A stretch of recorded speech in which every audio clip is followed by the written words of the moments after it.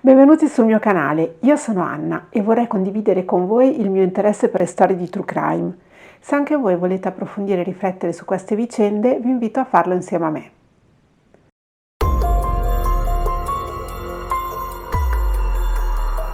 Oggi vi racconto il caso cold case italiano più famoso e inspiegabile.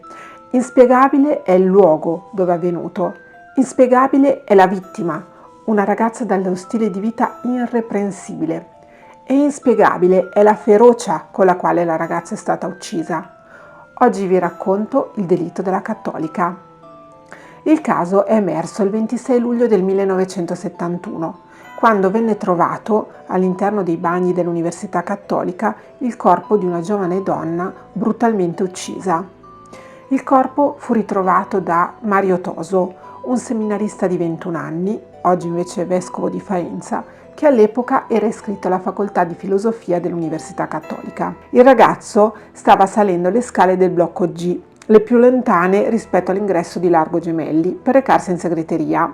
Fu attirato in quel bagno dal rumore incessante del rubinetto dell'acqua, decise infatti di andarlo a chiudere. Notò subito le macchie di sangue sia sulla porta che sulla maniglia. Varcò la soglia e di fronte a lui si ritrovò il cadavere di una povera ragazza immerso in una pozza di sangue. La scena era agghiacciante.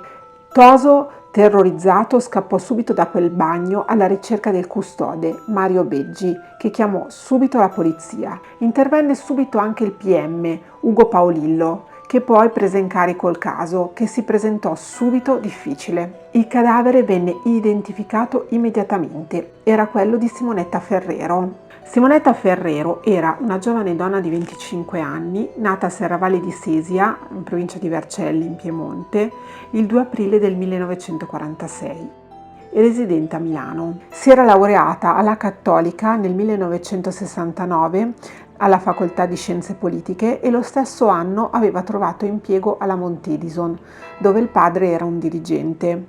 Lavorava nell'ufficio del personale e la sua mansione era quella di selezionare personale qualificato. Simonetta era una ragazza estremamente seria, riservata e affidabile.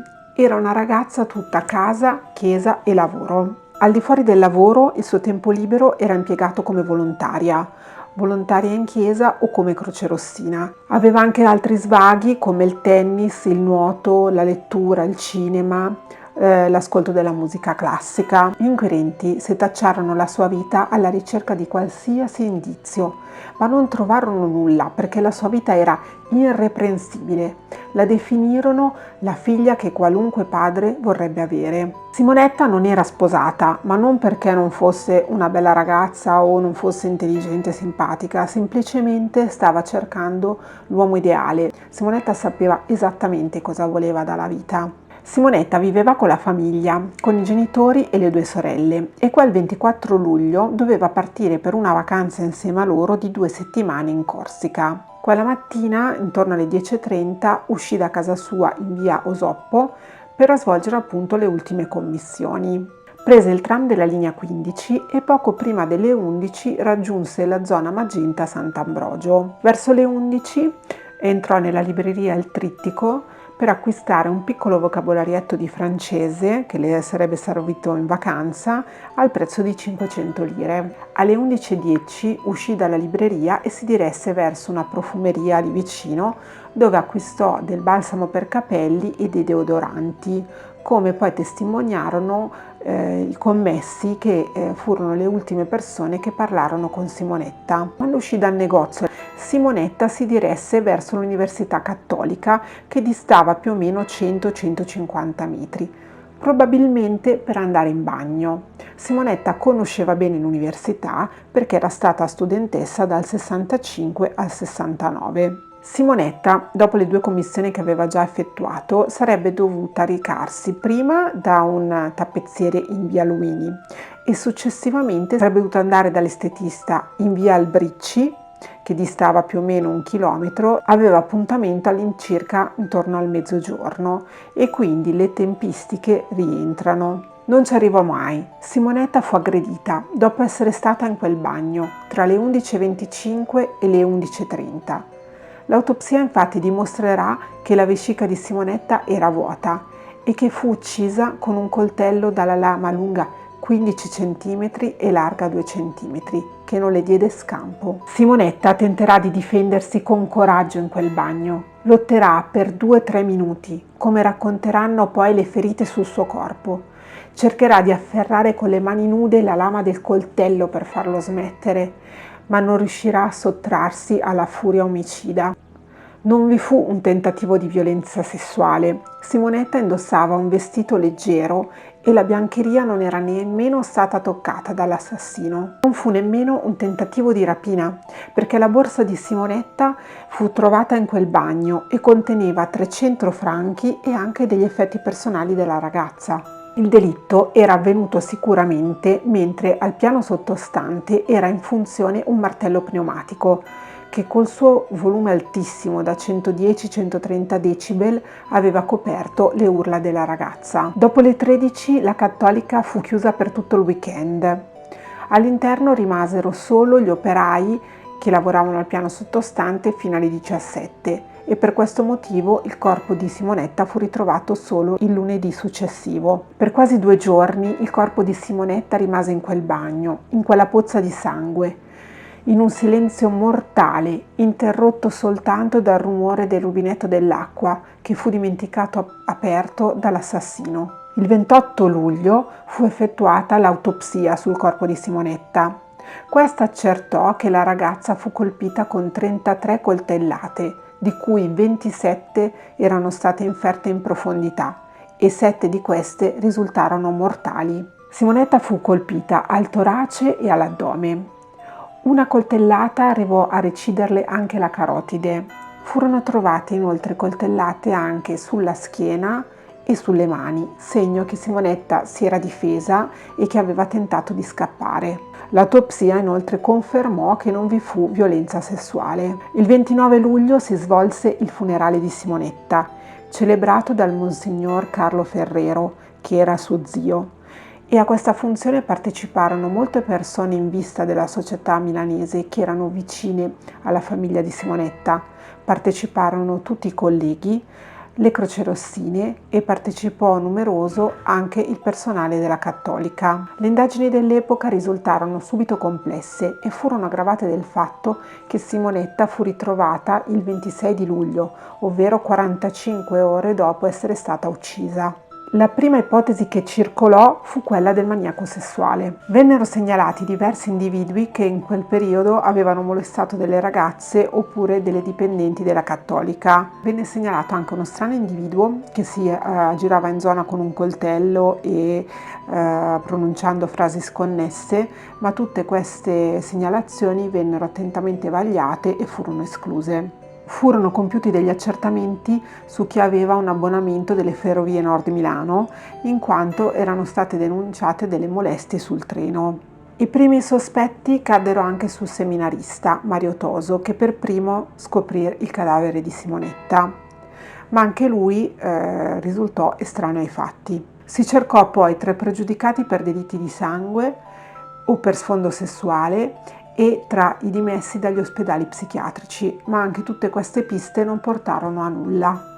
Venne vagliata anche l'ipotesi che l'omicidio poteva essere connesso al lavoro svolto da Simonetta, che selezionava il personale all'interno di Mount Edison, e quindi a un candidato che era stato escluso dalla selezione, ma anche questa pista non portò a nulla. Qualcuno arrivò a ipotizzare che l'assassino potesse essere un dipendente della Cattolica, ma gli uffici in quel periodo erano chiusi, come anche le lezioni. Infine le indagini si diressero agli studenti che erano presenti quel giorno all'università. L'unico locale aperto quel 24 luglio era la sala di lettura e quindi vennero identificati e interrogati tutti i 50 gli studenti presenti quel giorno, ma anche questa ricerca fu vana. Furono interrogate 312 persone. 76 persone furono fatte rientrare anticipatamente dalle ferie per essere sentite, ma tutto ciò non condusse a nulla. Già dopo un paio di settimane le indagini subirono un rallentamento e la stampa smise di interessarsi al caso. La stampa si concentrò più sul fatto che ad agosto a Milano non si riusciva neanche a comprare il latte e il pane talmente fosse deserta, che al caso di Simonetta. A fine mese invece cominciarono a riparlare del traffico causato dall'ovvio controesodo.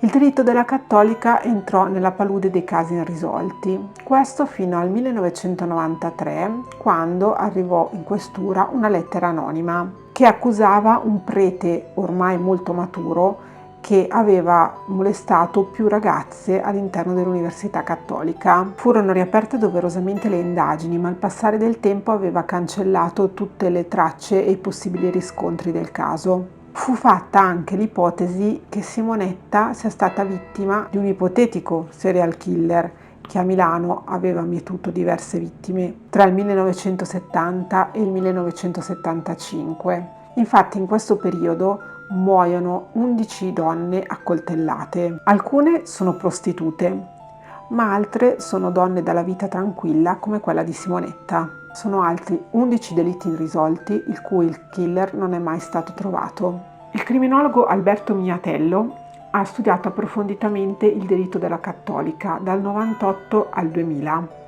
Vi propongo la sua ricostruzione del caso, che mi sembra quella più attendibile. Tra le 11:25 e le 11:30 di quel venerdì 24 luglio, Simonetta Ferrero fa una deviazione sul suo percorso per recarsi all'Università Cattolica e utilizzare i servizi igienici. Dopo aver utilizzato i servizi, aziona lo sciacquone.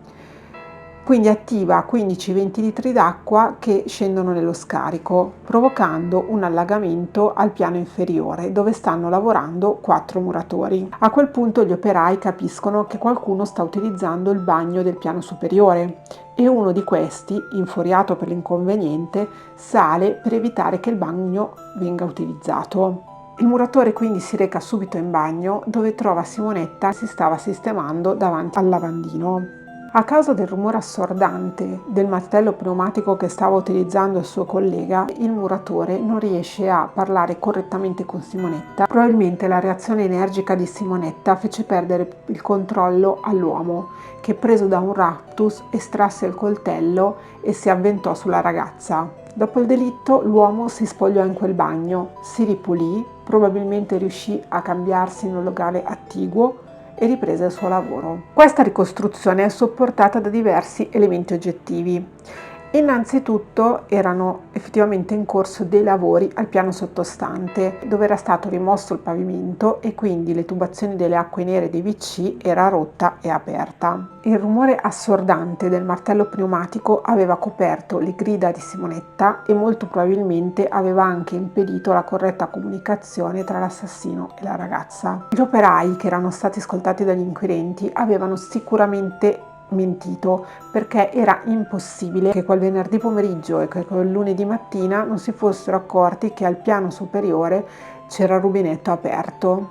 In quel bagno ci sono delle tracce ematiche che indicano chiaramente che qualcuno si è cambiato, perché sono nella parte del bagno alta e sono strusciate, proprio come se qualcuno si fosse tolto gli indumenti sporchi di sangue. Dunque l'assassino si è cambiato in quel bagno. Se fosse uscito da quel bagno senza togliersi gli indumenti, non sarebbe sicuramente passato inosservato. Quindi era qualcuno che aveva la possibilità di cambiarsi e sicuramente quegli operai avevano dei vestiti di ricambio. Si accertò inoltre che l'assassino era un uomo più alto del 1,80 m e questo dalle impronte insanguinate lasciate sullo stipite della porta, che escludeva sicuramente che l'assassino fosse mariotoso. Ad oggi il caso di Simonetta Ferrero è un delitto senza colpevoli. Come si dice nel linguaggio dei giallisti, è un delitto perfetto. Mi auguro che questa storia sia stata di vostro interesse. Vi invito a iscrivervi al mio canale se non l'avete ancora fatto e a lasciarmi la vostra opinione in un commento. Vi aspetto qua a domenica prossima. Un bacione, ciao!